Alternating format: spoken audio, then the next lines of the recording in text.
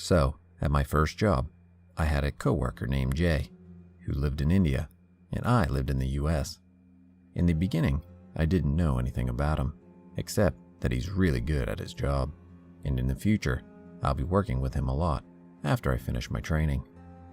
We outsource half of our team to India, so it was normal to interact with them on a daily basis.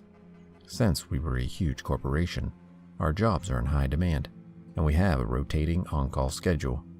Almost a year into my job, sometime in 2015, Jay was approved to visit the US on a work visa for about 6 months. During those 6 months, I didn't really talk to him much. He seemed really shy. I didn't really think much about it. Around that 6-month time period, my boyfriend proposed to me, and of course I said yes. The entire team congratulated me, including him. Then, when it was time for him to go, I wished him goodbye. Didn't really give him much attention, or even remember much of my interactions with him. Fast forward to 3 or 4 months later, sometime early 2016. I finally was assigned a project, and Jay was the project lead. I messaged him a few times, asking him a few questions, and he always answered my emails or messages fairly quickly. I appreciated his help and told him that multiple times. So one weekend night, I was assigned to launch one of his codes. Since it took a long time, and it was a quiet night, we decided to chat over IM. He seems like a pretty cool guy, actually. We talked about the differences in US and Indian culture. We talked about mine and his college days, sports, politics, etc. I thought he was chill, and daily we would IM each other about work and non-work related stuff. Since he knew I was engaged, I told him about my wedding preparations, stuff about my fiancé, mine and my fiancé's family, my bridesmaids, etc. We gradually moved to texting every now and then. It got to a point where he knew quite a few things about me, and I didn't see any problem with it. Soon, Jay started doing things that I didn't find alarming at first. If I was busy and didn't answer his messages, he'd send multiple messages at a time until I answered. He asked a lot of questions about my personal life, habits, family members, and friends. It did bother me a little bit, but I didn't think it was that big of a deal. It got worse later. I was close to another guy coworker named Raj. Jay would sometimes talk crap about Raj, but I found out later that Jay was jealous of Raj because Raj and I were really close. Jay later on revealed to me that when he visited the US and met me, he was so intrigued that sometimes he used to follow me around. During lunch hours, I used to go out with some other coworkers, and apparently he'd see me outside and occasionally follow me. He thought this was normal. This was stalking pretty much.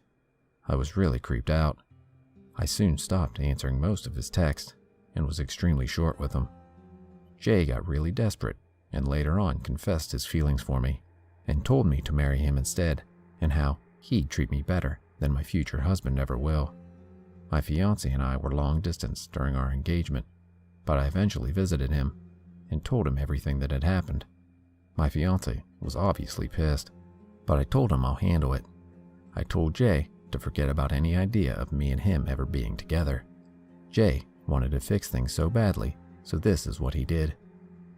Jay decided to fly to the US a month before my wedding to pretty much convince me to call off the wedding. My boss and Jay are extremely close, so Jay made some good excuses on why he should be in the US for some projects. My boss agreed, and here Jay was. Oh my god, things were so awkward after that. Remember Raj? Well, apparently Jay gave Raj hell for being my friend. He berated me and Raj for being too close and pretty much accused me of having an affair with Raj.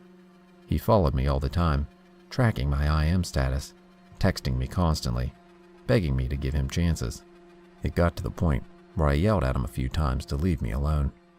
He would do things like grab my hand and arms while I was talking to him, and I started threatening that I would report him if he did anything more. Eventually he got the message, but that didn't mean he left me alone. He started writing emails to me about all the mistakes I've been doing in my projects, and would CC my team. My boss didn't really have my support, because Jay and he were really close. Raj confided that Jay would still disparage him during meetings, pretty much making his life hell. I finally got married, and Jay congratulated me, but still would try to message me in hopes that I would be friends with him again. I couldn't take it anymore and decided to report everything he did to HR. My HR rep didn't exactly make this process easy for me. Lots of times when I told her the story, she turned it around and told me that I encouraged him to harass me by acting a certain way, or allowing him to text me, or being friendly to him outside work. I decided to quit the company and move to another job. At times, Jay would try to hit me up, but I started blocking him. He tried Google Hangouts, Facebook, Instagram, and WhatsApp. I started blocking him on all social platforms. I blocked him on everything and hope he never tries to contact me again. So Jay, let's not meet.